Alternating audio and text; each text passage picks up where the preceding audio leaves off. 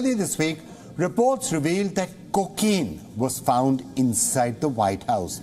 Not just inside the White House, but in its West Wing, the area where the president works.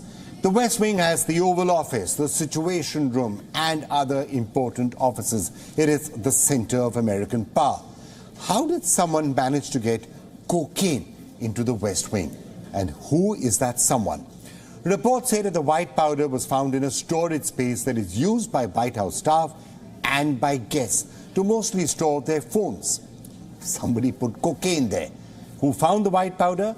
The Secret Service did during a routine check. Panic followed, the White House was evacuated and closed down. Now, why would somebody panic at the sight of cocaine? Because for quite some time, no one knew what the white powder really was. Was it a chemical weapon? Was it anthrax? Was it a nerve agent? Or was it something even more deadly? Now, that question has been answered. None of those things, it was cocaine. But here's one question that has not been answered. Who sneaked cocaine into the White House? Think about it. We are talking about one of, if not the most heavily guarded place in the United States, the West Wing of the White House. Now, the White House has made it a point to tell the media that the US President Joe Biden was not in the White House during the incident. Can you give any more details on where the Secret Service found cocaine in the West Wing and how it got there? As you know, the President and the First Lady and their family were not here this weekend, as you all reported on this, and as you also know that they left on Friday and returned just yesterday.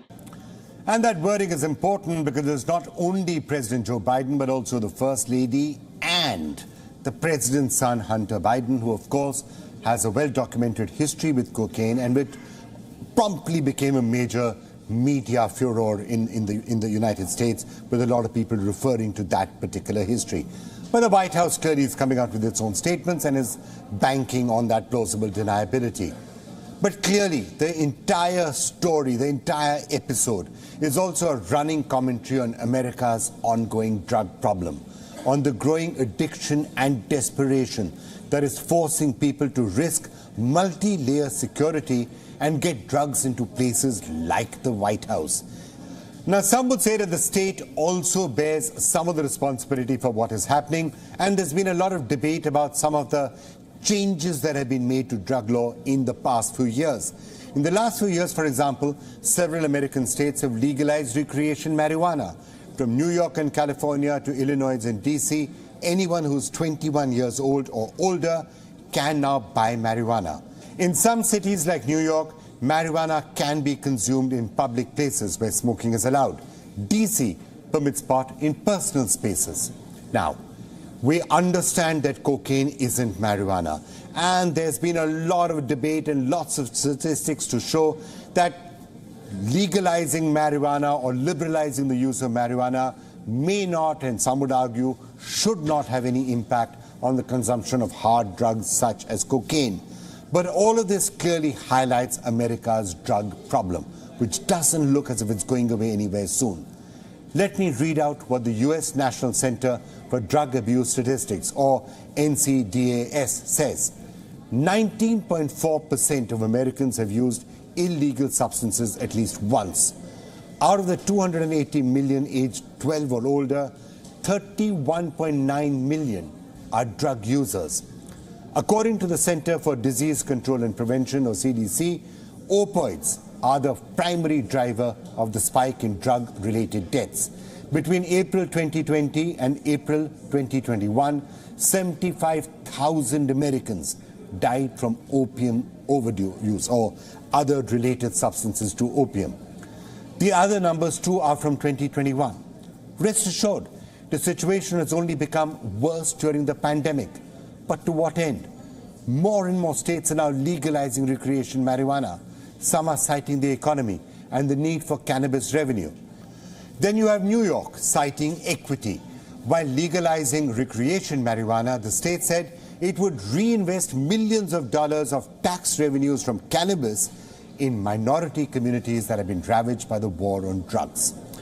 Where has all of this led America? Let me put this question to Robert G. Kanter, who's a commentator and a recovery advocate who's been addressing the fentanyl epidemic by really utilizing the media and other forums for public policy. Robert, thank you so much for joining us. Let me actually begin by first getting your take on the white powder that was found in the White House. What's your reaction to this particular report? I think it's embarrassing, to be quite frank with you.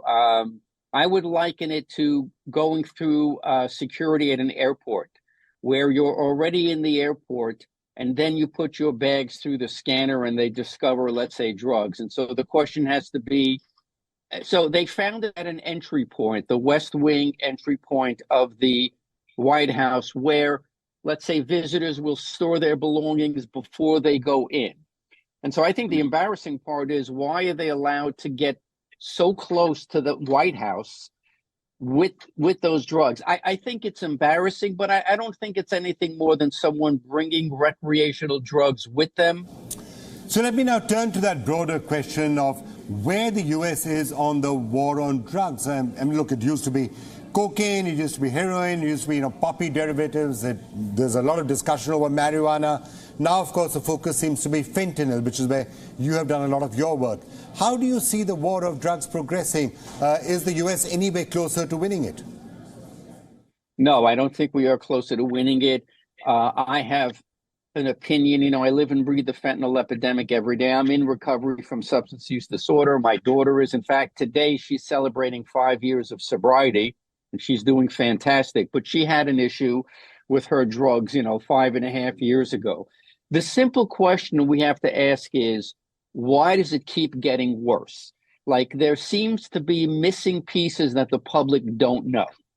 I don't think China is doing anything more. And again, I don't have top secret clearance, but this is what makes sense to me. China is doing nothing more than providing the precursor chemicals to the Sinaloa and Jalisco cartels. We know that. The PRC, the Chinese government, knows exactly which chemical companies are doing that. They know, and they're giving them their blessing. That's the culpability. Outside of money laundering money back into China, that's their culpability, I believe. I believe the source are the Mexican drug cartels, but not in the sense that they're just smuggling drugs in. My sources tell me that they have, military-grade equipment. There are other podcasts, Ed Calderon, Lex Fridman. If you look at the podcast on YouTube, you'll see that they freely say that the cartels, which are likened to billion-dollar transnational corporations, have this tremendous wealth and power, and which extends around the world.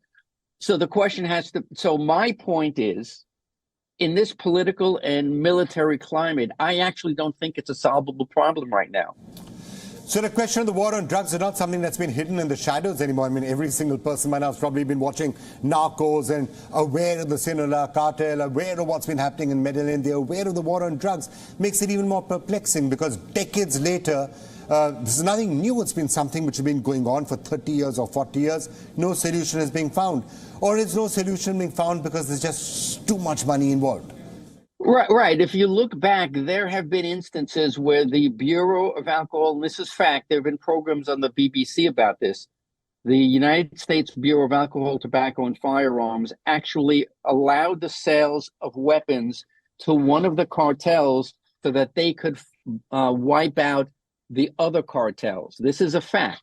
So don't think that there's no corruption that's going on within our government. All right, Robert, thank you so much for joining us with that perspective.